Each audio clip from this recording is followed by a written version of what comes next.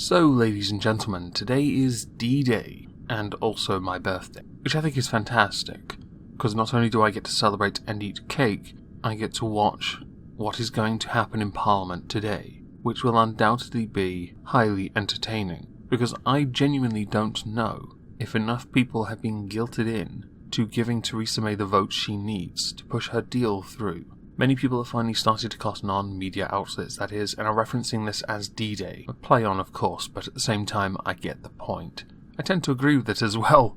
It is one of the biggest moments in British politics for quite some time. Yesterday in the House of Lords they were debating the Brexit bill and of course any and all amendments.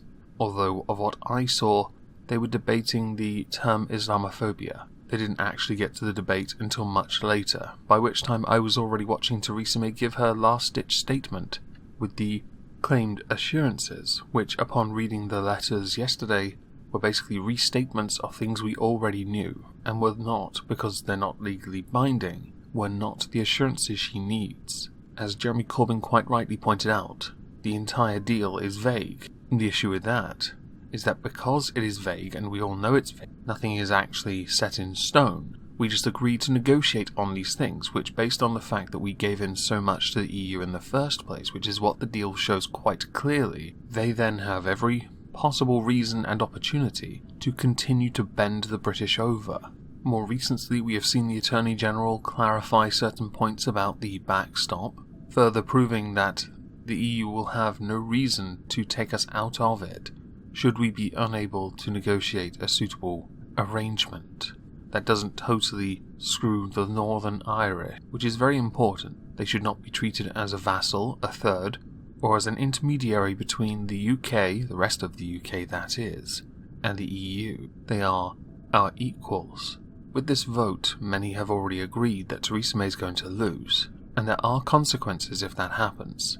The first consequence being that a vote of no confidence could be triggered, either by Jeremy Corbyn or by the leader of the SNP, who has said he will do it anyway. If that happens, Theresa May then has to find a way to unite her party. That's the only way she gets a majority to be able to stay in government, or the government to stay in the first place, because if the government loses, she's out, general election, leadership at the same time, and undoubtedly Labour will win that. They will win because people are fed up. The problem now has arisen though, and based on a recent interview Jeremy Corbyn gave, there isn't much in the way of substance to what he has said.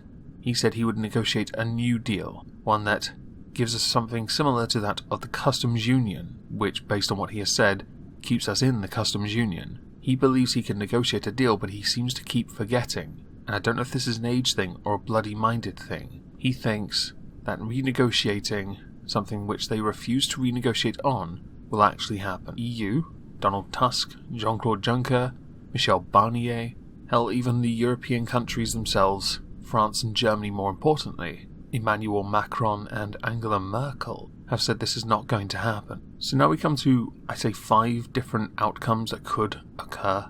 The first is that the deal gets voted and approved. If so, nothing matters, and we simply go about our daily business and agree to a deal that is bad. And it's not just bad, it only unites Remain and Leavers in the sense that they do not like this.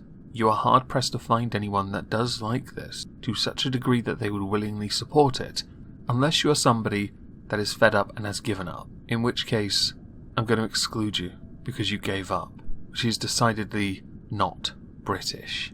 The second option is that it is rejected. This opens up a few other options. The options would include a general election being called after a vote of no confidence and Theresa May losing. The next one would be an extension of Article 50. Some MPs did call for that yesterday because they believed we need more time to make an informed decision on something of this gravity or magnitude.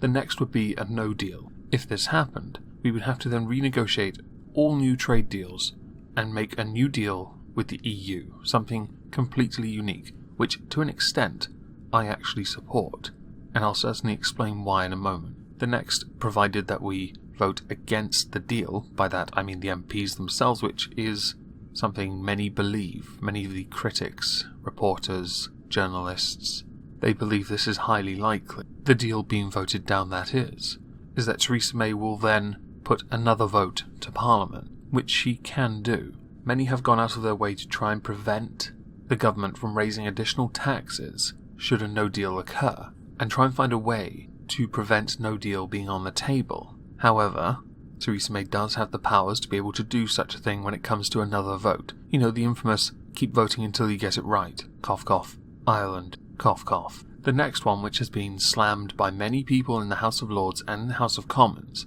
is that we have a second referendum. This is the second to last option, by the way. This one is unreasonable and a fly in the face of democracy. Yesterday I noted Anna Soubry. Recently you saw her take abuse for being, I believe, a Nazi to some. Well, she believes that since 2 years have come and gone, there are young people who couldn't vote on it then that should now be allowed to vote on it. That shifting of the goalpost and kind of logic, quotes around logic, is astonishing, as far as I'm concerned. Those that voted then, their votes meant something. Those who denigrate the old and say it's all their fault that the young people don't get to decide on their future are retards. If we're going to do that, we may as well abide the Cambridge professor who says we should lower the age to 6. It's not like children and teenagers are idealistic and very highly impressionable.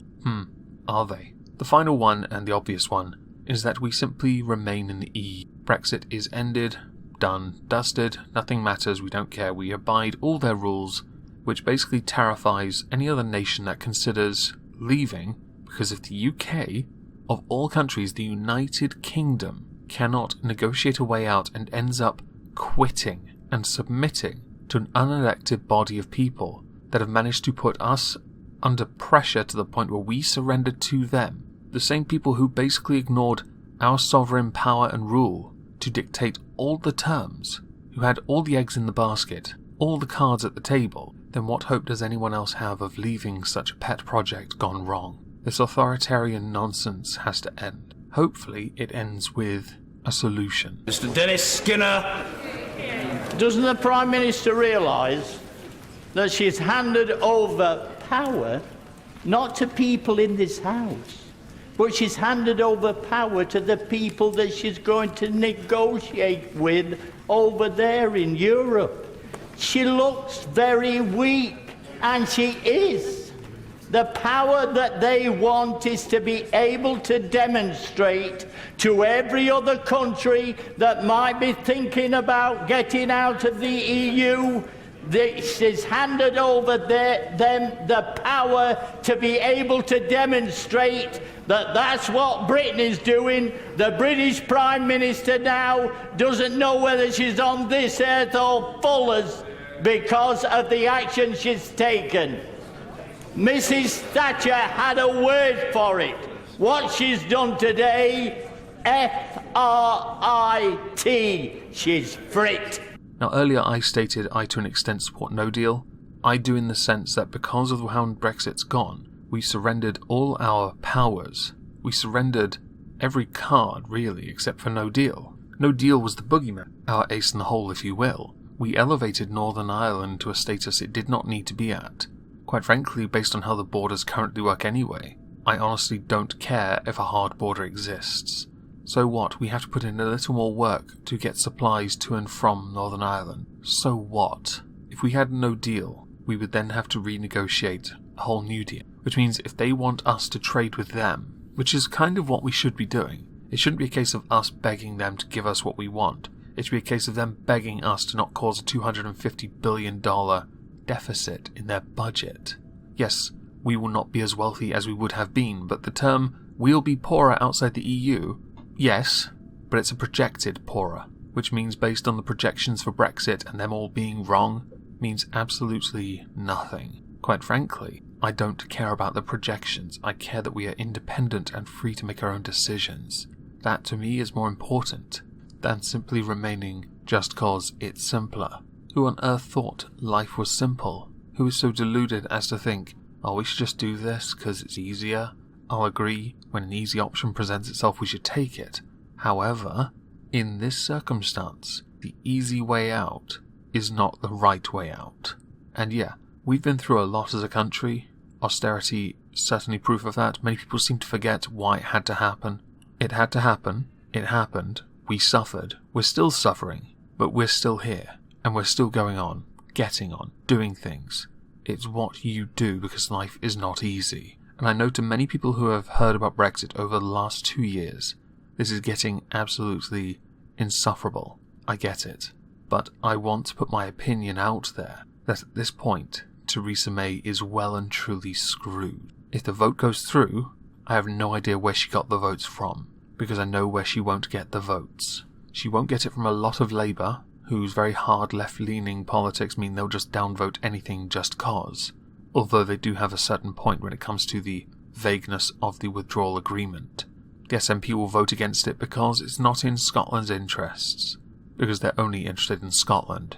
Northern Ireland will vote against it because of the current deal and how it affects Northern Ireland. And as far as the Tories go, there's about 120 people who might vote against her because they don't have confidence in her to deliver, and based on the deal they didn't believe she could in the first place. This is all quite troubling, truthfully, quite troubling. It's amusing at the same time to watch, and I've said we are all agents of chaos in the sense that anarchy is quite funny when you watch from distance. But in truth, this is bad. 2 years to negotiate a deal, and the deal gives everything to the EU. That's not a deal. That's a surrender. And it is unacceptable. Now tonight, at 9 PM GMT, maybe 9:30, I'm not sure just yet, over on the Cthulhu-Kin and Friends show, I will be streaming a direct response to that vote, because I am looking forward to it. Today is the final chance to convince MPs that this deal has to go through. Well, Theresa May has to do that. I'm going to sit back and enjoy a piece of birthday cake if I can find it. Anyway, I hope you all have a lovely day, and if you do, by all means join me on the Cthulhu-Kin and Friends show tonight, and thank you all for listening.